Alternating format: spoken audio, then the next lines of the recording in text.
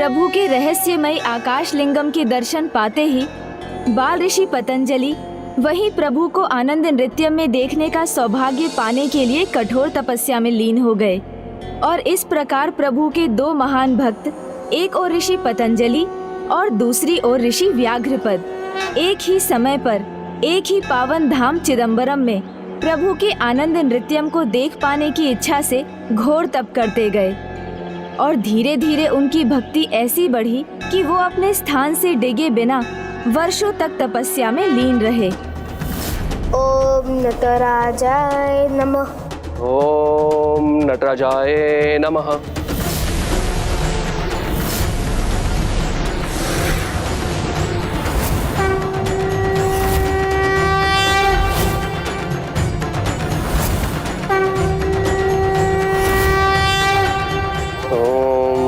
नटराजाय नमः।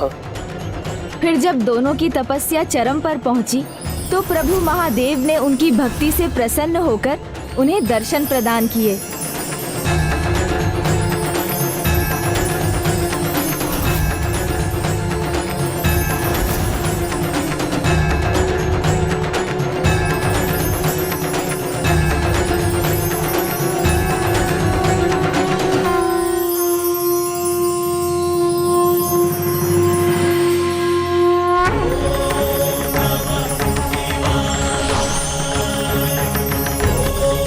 प्रभु प्रभु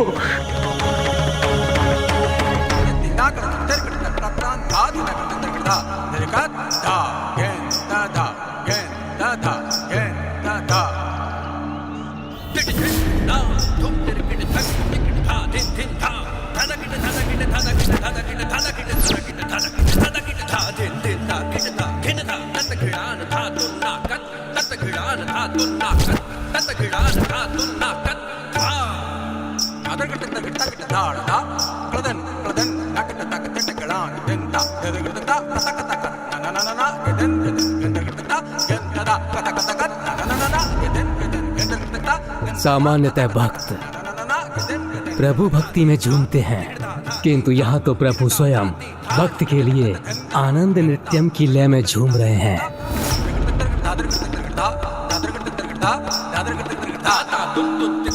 अद्भुत है महादेव, अपने भक्तों के लिए कुछ भी कर सकते हैं।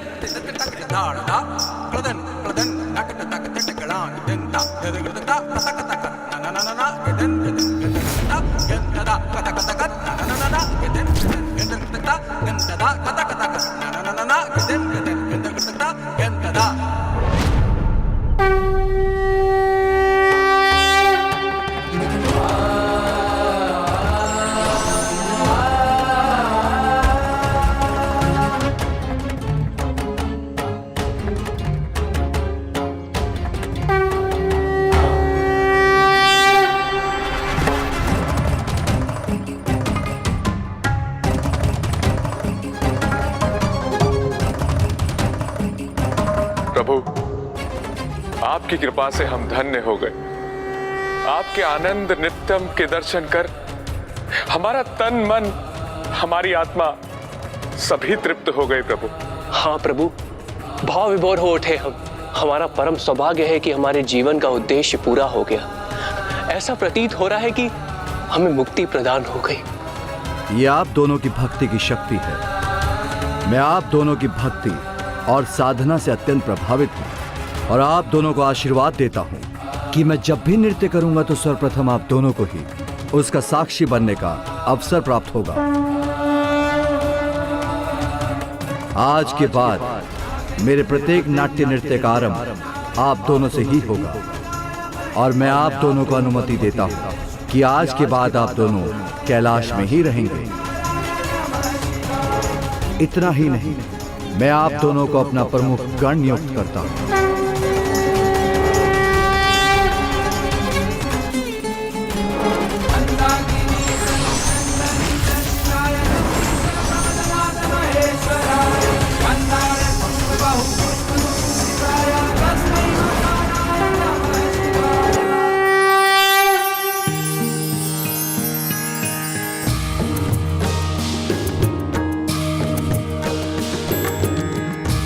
आप दोनों के ही कारण संपूर्ण सृष्टि को प्रभु के आनंद नृत्यम के दर्शन प्राप्त हुए हैं। इसीलिए आज से आप दोनों ऋषि ही नहीं महर्षि कहलाएंगे।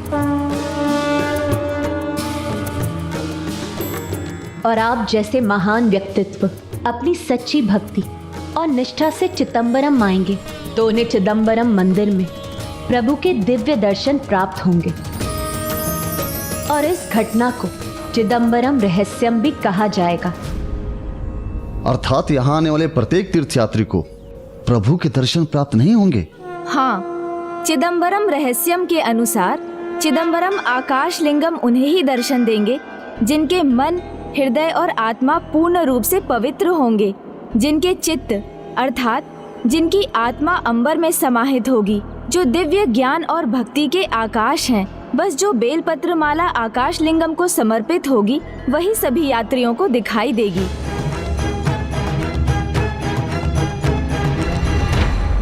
दोनों सिद्ध पुरुषों को तो उनकी भक्ति का फल प्राप्त हो गया था, किंतु ऋषि पतंजलि के जीवन का उद्देश्य अभी संपन्न नहीं हुआ था, क्योंकि उनके द्वारा अभी संसार को कुछ और भी पाना शेष था। वत्स पतंजलि, तुम्हारा जन्म मेरा भक्त बनने के लिए हुआ था, मेरे आनंद नृत्यम का साक्षी बनने के लिए हुआ था, किंतु तुम्हारे जीवन का एक और भी उद्देश्य है। पृथ्वी पर अधिकतम जीव काम, क्रोध और अन्य वासनाओं से पीड़ित हैं। योग एकमात्र ऐसा माध्यम है जो शारीरिक ही नहीं मानसिक और भावनात्मक विकारों के कष्ट से मुक्ति दिलाता है। योग तो प्राणियों के लिए अमृत के समान है, इसलिए मैं तुम्हें एक बड़ा उत्तरदायित्व देता हूँ। तुम्हें इस योग सूत्र के ज्ञान से समस्त संसार को परिचित करवाना है।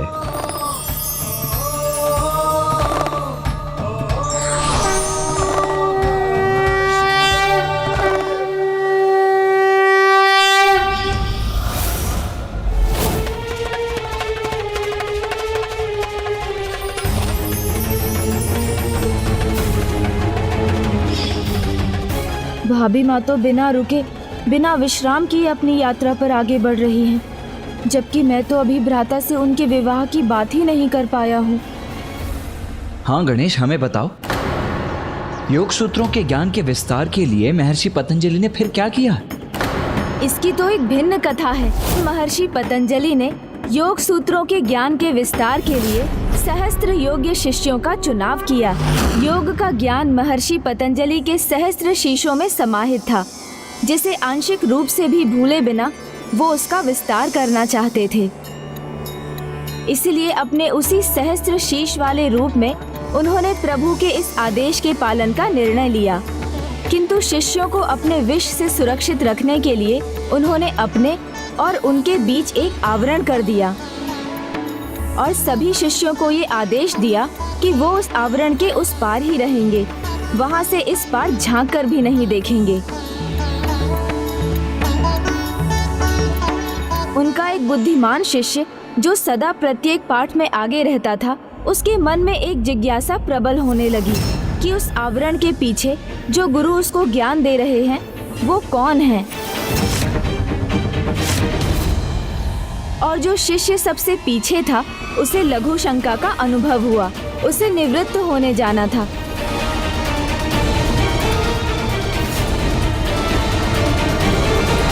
किंतु वो अन्य शिष्यों की ज्ञान प्राप्ति में कोई अवरोध नहीं उत्पन्न करना चाहता था, तो वो अनुमति लिए बिना ही वहां से चला गया। जहां एक और पीछे बैठा शिष्य वहां से निकल पड़ा, वहीं आगे वाले शिष्य से भी अपनी जिज्ञासा को रोक पाना अत्यंत कठिन हो गया और उसने आवरण के पार झांकने का प्रयास किया।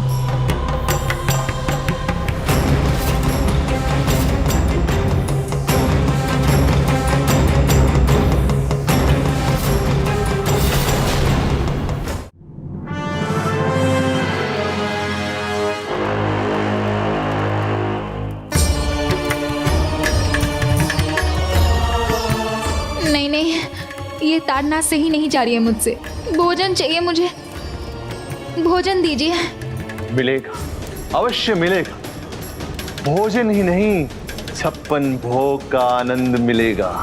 पर इस सत्य को स्वीकार करो, अपने ज्येष्ठ भगवान सुरापद्मन को अपना भगवान मानो।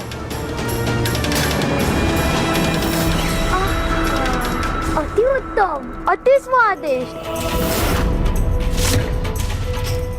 प्रभु के नाम में 56 भोग की सुगंधी नहीं, स्वाद भी है। अति उत्तम, अति स्वादिष्ट। ओम सुब्रमण्यम कार्तिकेय स्वामी, ओम सुब्रमण्यम कार्तिकेय स्वामी, ओम सुब्रमण्यम कार्तिकेय स्वामी।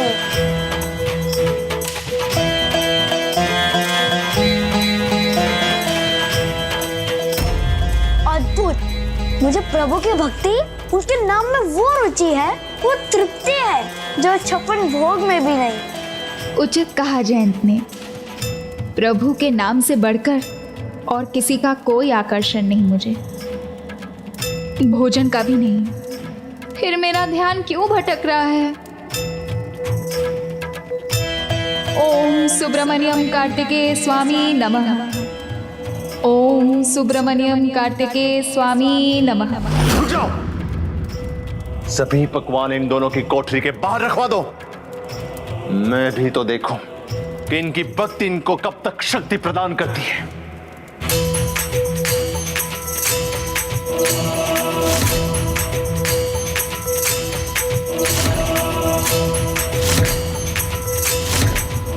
ओम सुब्रमण्यम कार्तिकेय स्वामी।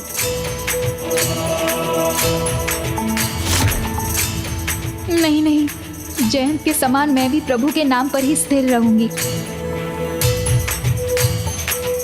ओम सुब्रमण्यम कार्तिकेय स्वामी नमः। ओम सुब्रमण्यम कार्तिकेय स्वामी। फिर महर्षि पतंजलि के उस शिष्य का हुआ क्या गणेश? इस आवरण के पीछे कौन है, ये जानने के लिए वो शिष्य इतना उत्सुक हो गया कि अपनी उत्सुकतावश उसने उस आवरण को हटा दिया।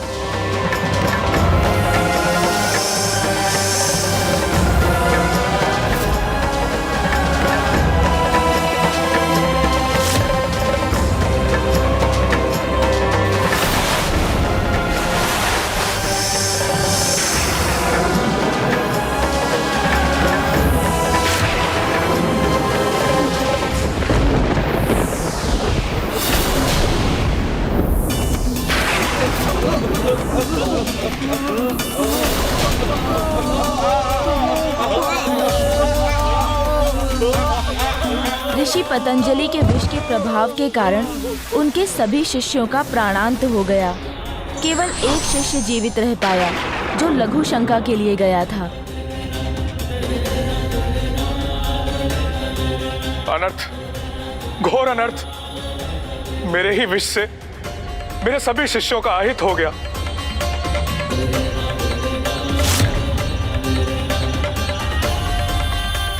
ये क्या हो गया यहाँ? कहीं इसके पीछे मेरी भूल तो नहीं?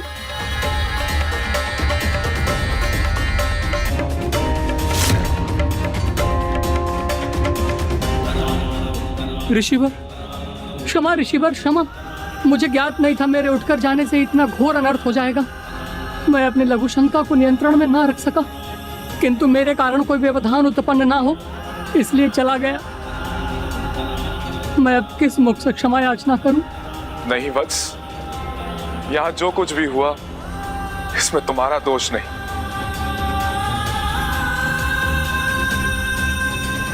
किंतु भूल तो तुमसे अवश्य हुई कि ज्ञान प्राप्ति के लिए तुम आए तो, परंतु तैयारी के साथ नहीं। मैं गुरु हूं, ज्ञान देना मेरा दायित्व है, जो मैं पूर्ण करूंगा। तुम्हें ज्ञान दूंगा।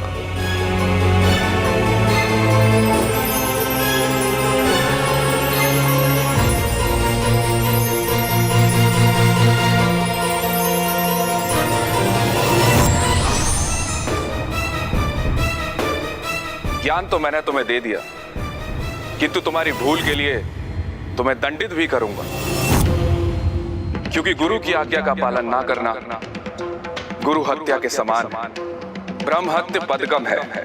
इसलिए मैं तुम्हें श्राप देता हूं कि जब तक इस ज्ञान प्राप्ति के लिए तुम्हें कोई योग्य शिष्य नहीं मिलेगा, तुम एक ब्रह्म राक्षस बनकर एक वृक्ष के ऊपर उल्टे लटके रहोगे। किंतु ऋषिवर,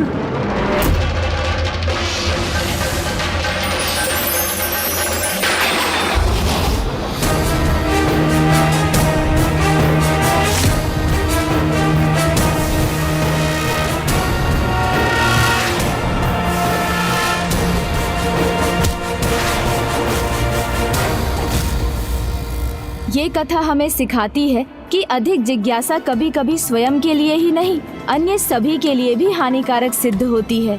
और ये भी कि ज्ञान प्राप्ति के मार्ग में गुरु की आज्ञा की अवहेलना इतना बड़ा दोष है कि वो उनके दिए ज्ञान को भी व्यर्थ कर देता है और गुरु हत्या के अपराध के समान होकर व्यक्ति को ब्रह्म राक्षस बना देता है। तब तो गणेश, उस शिष्य को ब्रह्म राक्षस की अवस्था से मुक्ति इतनी सरलता से नहीं मिली होगी। हाँ भ्राता, वो ब्रह्म राक्षस अनेक वर्षों तक योग्य शिष्य की प्रतीक्षा में एक वृक्ष पर लटका रहा और वहाँ से जो भी जाता उससे एक ही प्रश्न पूछता।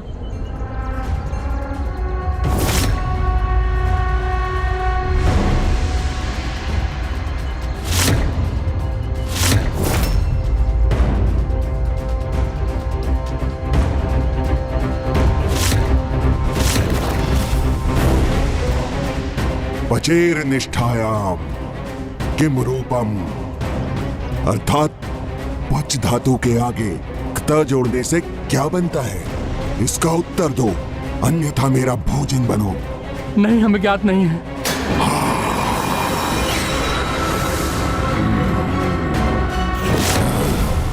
इस प्रकार सदियां बीती, वर्षों की तो कोई गिनती ही नहीं थी, किंतु ब्रह्म राक्षस उसी प्रकार वहां लटका रहा। पच धातु के आगे क्त जोड़ने से क्या बनता है, इसका उत्तर दो, अन्यथा मेरा भोजन बनो।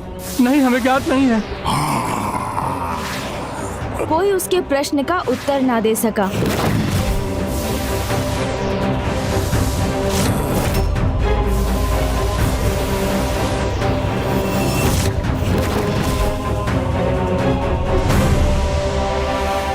तब ऋषि पतंजलि से अपने शिष्य का दुख ना देखा गया और उन्होंने उस शिष्य को अपने शाप से मुक्त करने के लिए पुनर्जन्म लिया और नवीन रूप धारण कर वो अपने शिष्य को शाप मुक्त करने उसके निकट जा पहुँचे।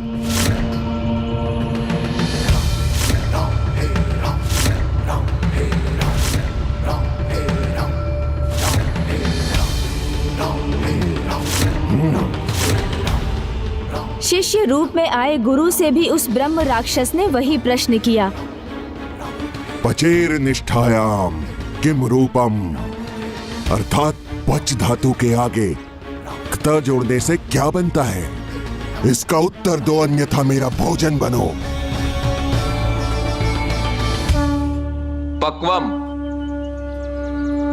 पंच धातु में क्ता जोड़ने से पक्वम बनता है। अंततः ब्रह्म राक्षस को वो शिष्य प्राप्त हो ही गया जिसकी उसे प्रतीक्षा थी और ऋषि पतंजलि अपने शिष्य रूप में उसी पेड़ के नीचे बैठकर उससे मिलने वाले ज्ञान को पीपल पत्रों पर लिखने लगे और संचित करने लगे।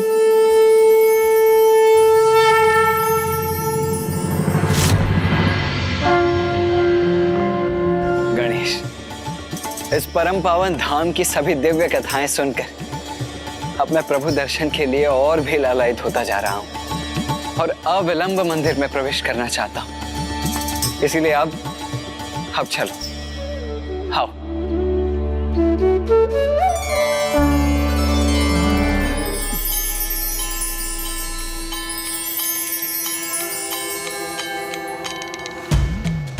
प्रणाम प्रभु अर्धनारीश्वर।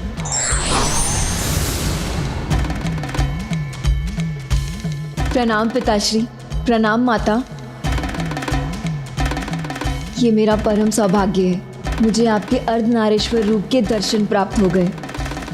पुत्री, तुम्हारी भक्ति और आरती से हम इतने प्रभावित हुए कि हम स्वयं को तुम्हें दर्शन देने से रोक ही नहीं सके। किंतु माँ, कपूर आरती के पहले मुझे नारियल और कदली फल के बीच संवाद सुनाई दे रहे थे। वो पूछ रहे थे, इस कपूर में ऐसा विशेष है तो क्या है, इनमें कौन अधिक श्रेष्ठ है, ये तो मैं भी नहीं समझ सकी। ये कदली फल और श्रीफल स्वयं के त्याग के बाद ही मेरा प्रसाद बन पाते हैं। पुष्प अपनी सुगंध बिखेर कर हमें प्रसन्न और आनंदित करते हैं, किंतु कपूर स्वयं को जलाकर प्रकाश फैलाता है। उसका प्रकाश हमसे टकराकर और भी दिव्य हो, भक्तों के बीच हमारी दिव्यता का प्रसार करता है एवं उनकी भक्ति के भाव को और भी प्रबल बना देता है।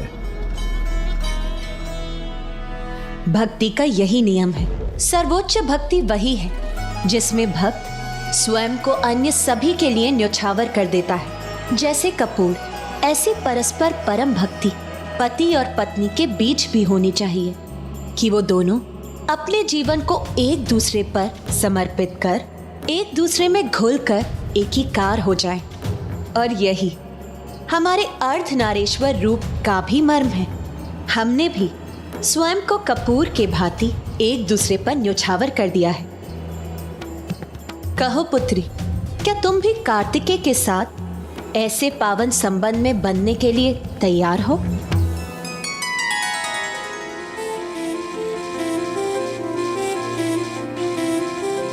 माँ, मैं तो पिछले जन्म से ही इसके लिए प्रतीक्षा कर रही हूँ। मुझे ज्ञात है मेरा इस जन्म का उद्देश्य भी यही है, बस स्वामी कुमार कार्तिकेय मुझे अपनाने के लिए तैयार हो जाए।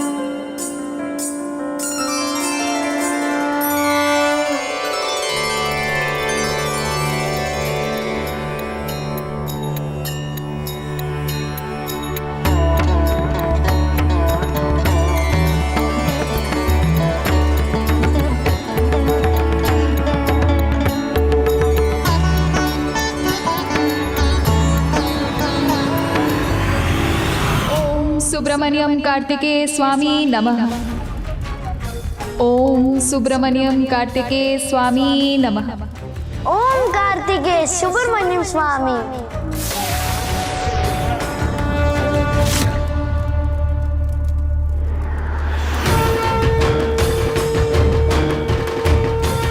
निरंतर प्रभु के नाम में रमा रहूंगा तो भूख का आभास नहीं होगा। ओम सुब्रमण्यम कार्तिकेय स्वामी। मैं भूखी तो हूँ, किंतु भूख के आगे नहीं, प्रभु के सामने झुकना है मुझे। ओम सुब्रमण्यम कार्तिकेय स्वामी नमः। ओम कार्तिकेय सुब्रमण्यम स्वामी।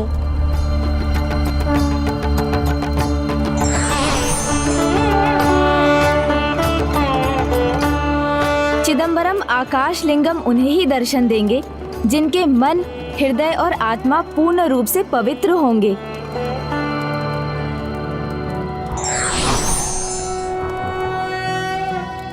ओम नागेंद्रहाराय त्रिलोचनाय भस्मांगरागाय महेश्वराय नित्याय शुद्धाय दिगंबराय तस्मै नकाराय नमः शिवाय।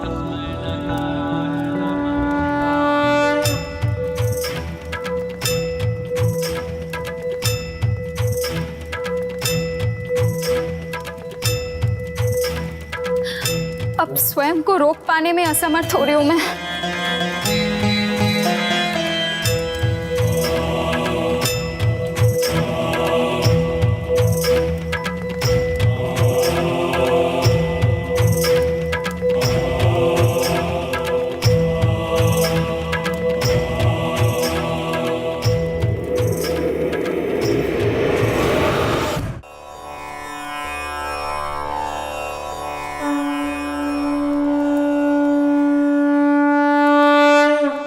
सुब्रमण्यम कार्तिकेय स्वामी। ओम सुब्रमण्यम कार्तिकेय स्वामी। ओम सुब्रमण्यम कार्तिकेय स्वामी नमः। कुछ तो हो रहा है जो मेरी इच्छा के विरुद्ध है। ओम कार्तिकेय सुब्रमण्यम स्वामी। ओम सुब्रमण्यम कार्तिकेय स्वामी नमः।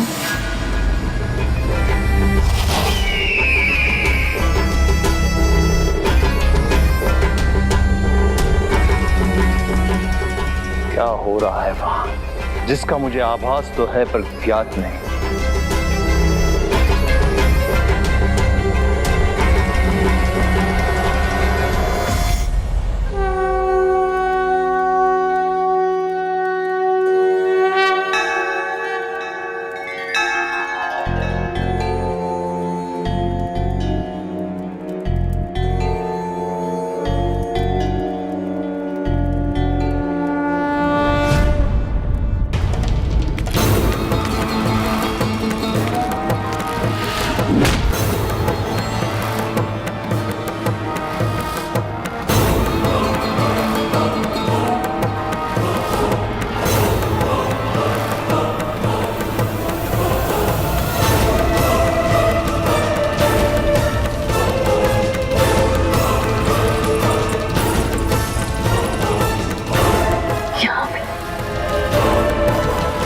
दुष्ट द्रोही बालक यहाँ पे कैसे?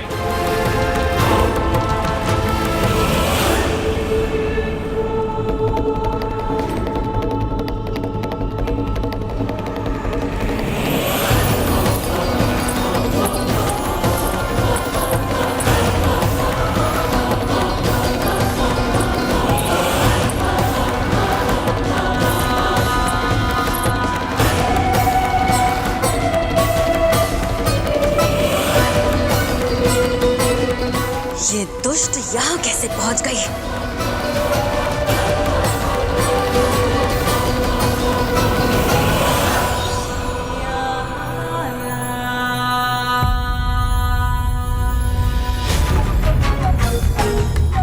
आश्चर्य, तुम यहाँ? इस दुस्साहस का परिणाम जाने बिना बहुत बड़ी भूल कर दी है तुमने। इस भूल का बहुत बड़ा दंड दूंगा मैं तुम्हें, पर किंतु ये यहां पर पहुंचा कैसे?